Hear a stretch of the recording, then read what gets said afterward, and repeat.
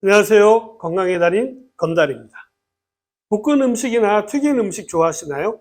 아무래도 세계적으로 중국 음식이 맛있다라고 알려진 이유 중에 하나는 볶거나 튀기는 음식이 많지 않나 생각이 됩니다만 어떻게 생각하시나요? 그러면서 동시에 볶은 음식이나 튀긴 음식은 건강에 좋지 않는 식품으로 인식되어서 드시는 것을 꺼려 하시는 분들도 많이 계시죠. 백숙은 괜찮은데 치킨은 안 된다. 이런 식의 이야기가 많이 있습니다만 이 부분도 어떻게 생각하시나요? 자기 관리 철저하기로 소문난 탤런트 최수종 씨는요, 기름진 음식을 거의 먹지 않는다라는 이야기를 방송을 통해서 들은 적이 있습니다. 기름은 무조건 줄여서 사용하시는 것이 건강에 좋은 방법일까요? 이 질문에 대한 대답은요, 분명합니다. 아닙니다. 조리 방법에 맞게 적절한 양의 기름을 섭취하시는 것은요, 오히려 건강에 유익을 줄 수 있기 때문입니다. 더군다나 기름이 있어야 혀에서 맛을 더 잘 감지하기 때문에 맛을 위해서라도 기름이 있어야 하는 것입니다. 대표적으로요, 나물이라든지 비빔밥 같은 것들을 만들 때요, 참기름 몇 방울이 전체의 맛을 좌우하는 것만 봐도요, 알 수 있고요. 농담이지만 튀김은 무엇이든지 맛있다. 심지어 신발을 튀겨도 맛있을 거다. 이런 이야기가 있을 정도로 기름이 가미된 음식이 맛있다라는 것은 누구나 알고 있는 이야기입니다.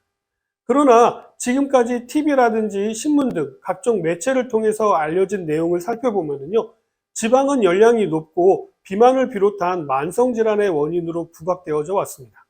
이렇게 부정적인 부분만 강조되다 보니까 지방은 무조건 줄여야만 하는 영양소라고 여겨져 왔죠.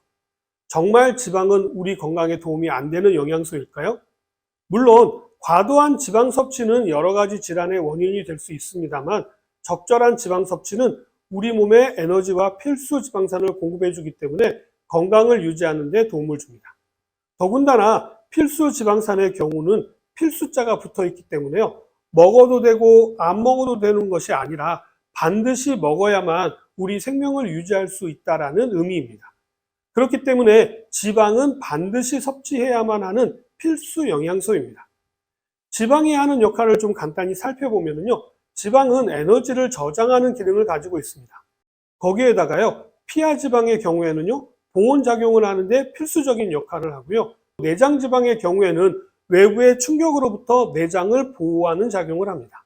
내장이 있는 복부 부위는요, 내장을 보호하는 뼈가 없기 때문입니다. 이 밖에도 지용성 성분의 흡수에도 관여하고요. 우리 세포막과 피부를 보호하는 작용도 합니다. 우리 조직을 치료하는 데도 사용이 되어지는데요. 가장 대표적인 것이 바로 콜레스테롤입니다. 이 콜레스테롤은 혈관을 치료하는 역할을 할 뿐만 아니라 호르몬을 만드는 역할도 합니다. 이렇듯 우리 몸에 꼭 필요한 부분을 차지하고 있는 것이 바로 지방이기 때문에 지방이 없으면 우리는 살아갈 수가 없는 것입니다. 그렇다면 어떤 요리를 할 때 어떤 기름을 사용하는 것이 좋을까요? 우리는 일상적인 식사에서 다양한 식품을 통해서 지방을 섭취하게 됩니다. 특히 기름은 양념에 고소한 맛을 주거나 볶고 튀기는 등 여러 가지 용도로 사용되어져서요, 지방의 주요 공급식품이라고 할 수 있습니다.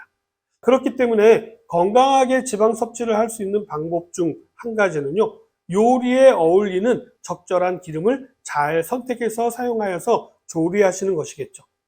기름은 종류에 따라서 함유된 지방산과 발연점이 다르기 때문에요, 조리 방법에 따라서 적절한 기름을 잘 선택해서 사용하셔야 합니다. 그렇다면 요리에 맞는 기름을 선택하실 때 무엇이 중요할까요? 그것은 바로 온도입니다. 기름을 요리에 사용할 때는요, 온도를 체크하는 것이 가장 중요합니다. 생채라든지 샐러드, 무침같이 주로 낮은 온도에서 조리하는 경우는요, 발연점이 낮은 올리브유나 들기름, 참기름 등을 사용하시는 것이 좋겠죠. 다음으로 볶음이라든지 부침, 튀김 같은 높은 온도에서 조리하는 경우라고 한다면요, 콩기름을 비롯하여서 포도씨유, 옥수수유, 카놀라유 등 발연점 등이 높은 기름을 사용하시는 것이 좋습니다.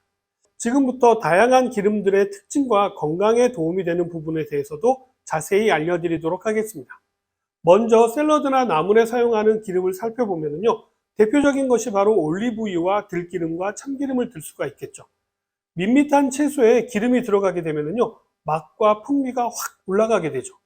바쁜 현대인들에게 샐러드는요, 채소를 쉽고 간편하게 먹을 수 있는 방법 중에 하나인데요. 채소 본연의 맛과 향은 물론이고요, 아삭아삭한 식감과 싱싱함도 살릴 수가 있죠. 뿐만 아니라 재료에 따라서 열을 가해서 조리하지 않기 때문에요, 영양소 손실이 적어서 비타민과 미네랄 섭취에도 용이합니다. 하지만 생채소만 그대로 먹기에는요, 심심할 수가 있는데요. 이때 소스나 샐러드 드레싱에 약간의 기름을 넣게 되면요, 더 부드러워지면서 독특한 맛과 향을 즐길 수가 있게 되죠. 특히 참기름이나 들기름이나 올리브유와 같은 향이 있는 기름이 채소와 잘 어울립니다. 올리브유의 경우에는요, 오메가3, 6, 9이 들어있다라고 하지만요, 그 양이 그렇게 많지 않습니다. 대부분은 올레산이고요. 이 올레산은 콜레스테롤 수치를 낮춰주고 혈관 건강에 도움이 되는 것으로도 알려져 있죠. 냉장고에 오래 두면 엉기는 현상을 볼 수가 있습니다.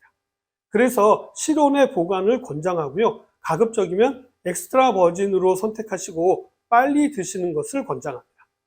거기에 비해서 들기름은요, 오메가3가 50%가 넘게 함유되어져 있습니다. 보통 오메가3 하면 생선 기름을 먼저 떠올리시는데요. 아닙니다. 들기름이 진짜 오메가3의 대표 식품입니다. 오메가3의 효능에 대해서는 말씀 안 드려도 너무나도 잘 알고 계시죠? 두뇌 발달에 좋다라고 알려져 있는 DHA가 바로 오메가3입니다. 오메가3가 많은 기름이기 때문에요, 산패가 쉽게 일어날 수가 있어서 가급적이면 작은 병에 보관하시고요, 빨리 드시는 것이 좋습니다. 저는 2달이 넘지 않게 드시라고 권장하고 있습니다. 참기름의 경우에는요, 오메가6가 많이 함유되어져 있는데요, 토코페롤과 세사몰도 많이 함유되어져 있어서 들기름에 비해서 산패가 훨씬 적게 일어납니다. 그렇기 때문에 들기름의 산패를 막기 위해서는요, 들기름 80에 참기름 20 정도를 섞어서 사용하시게 되면요, 훨씬 더 오랫동안 들기름을 두고 드실 수가 있게 되는 것이죠. 참기름은 들기름에 비해서 산패가 늦게 일어나기 때문에요, 오래 두고 드실 수 있지만 참기름도 불포화 지방산이 많기 때문에요, 가급적이면 빨리 드시는 것이 좋고요, 6개월에서 최장 1년이 넘지 않게 드시기를 권장합니다. 그렇기 때문에요, 참기름도 작은 병에 담긴 것을 선택하셔서 빨리 드시는 것이 좋겠죠. 무침은 우리나라 음식의 대표적인 조리 방법 중에 하나인데요, 손질한 재료를 갖은 양념으로 버무릴 때 기름을 적당히 사용하시게 되면요, 좋은 맛과 향뿐만 아니라 영양까지도 충족시킬 수가 있습니다. 섬유질이 강한 채소의 경우에는요, 기름을 넣어서 무치게 되면요, 한결 부드럽게 먹을 수가 있고요, 지용성 영양소의 흡수를 도와서 효율을 높이는 일석이조의 효과를 기대할 수 있게 됩니다. 다음은 부침이나 튀김인데요, 이런 조리에 맞는 기름은 발연점이 높은 콩기름이나 옥수수 기름, 포도씨유 기름 또는 카놀라유를 사용하시는 것이 좋습니다. 튀김은 보통 150도에서 180도 정도의 고온으로 조리하는 것으로 재료의 원료 수분을 날리고요, 기름이 흡수되면서 바삭한 식감과 함께 독특한 맛과 향을 내게 됩니다. 비교적 조리 시간이 짧기 때문에요, 음식 본연의 영양소나 맛의 손실이 가장 적은 아주 우수한 조리법입니다. 그렇기 때문에 고급 재료일수록 튀김 요리를 하시게 되면요, 재료 본연의 맛을 살릴 수가 있게 되는 것이죠. 이뿐만 아니라 흡수된 기름은요, 체내의 필수 지방산 공급은 물론이고요, 지용성 비타민이 효과적으로 이용될 수 있도록 도와주는 역할을 합니다. 튀김용 기름으로 발연점이 높고 향기에 영향을 덜 주도록 향이 없는 식물성 기름을 선택하시는 것이 좋습니다. 오늘은 조리법에 따른 기름 선택법에 대해서 말씀을 드렸는데 어떻게 좀 도움이 되셨나요?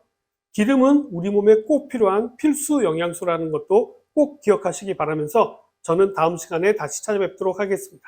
감사합니다.